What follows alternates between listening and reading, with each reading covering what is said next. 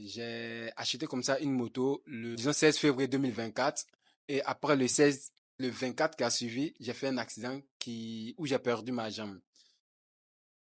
Abidjan, commune de Yopougon.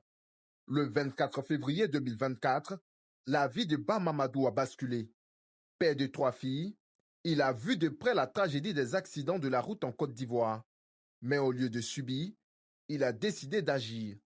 Dans ce laps de temps où je quitte la maison euh, pour l'accident, ça n'a même pas fait 10 minutes que son téléphone sonne et je lui fais savoir comme ça qu'il a fait un accident. Tellement surpris, il pensait que c'était un jeu vu que j'arrivais moi-même à l'appeler.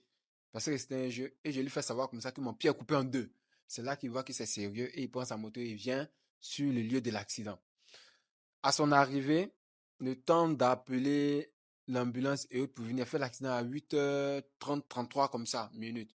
Vu que dès qu'il a fait l'accident, mon téléphone était avec moi. Et j'ai vu l'heure. Et l'ambulance s'est présentée à 10h30. Le temps de quitter sur le lieu de l'accident pour arriver au CHU.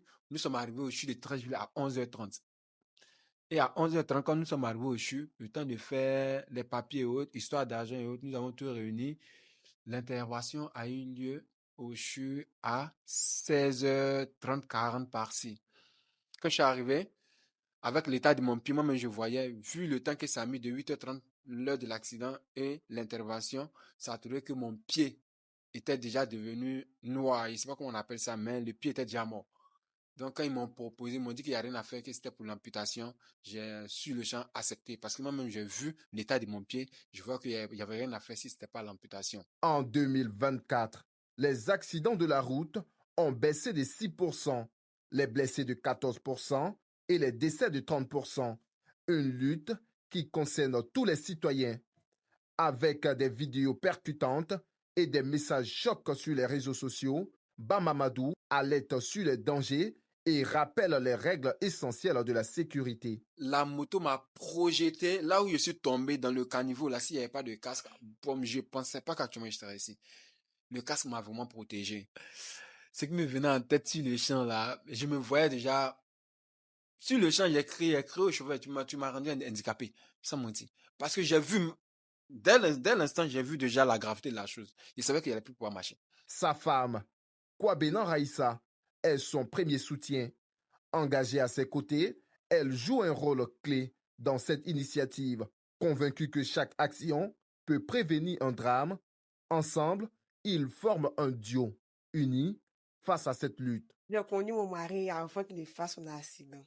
Donc, quand il y a eu l'accident, rien n'a changé à mon niveau. Là quand j'arrive, je le vois couché sur le braquage. Il dit, ah, putain, le pied attaché. Il dit, ah, vraiment.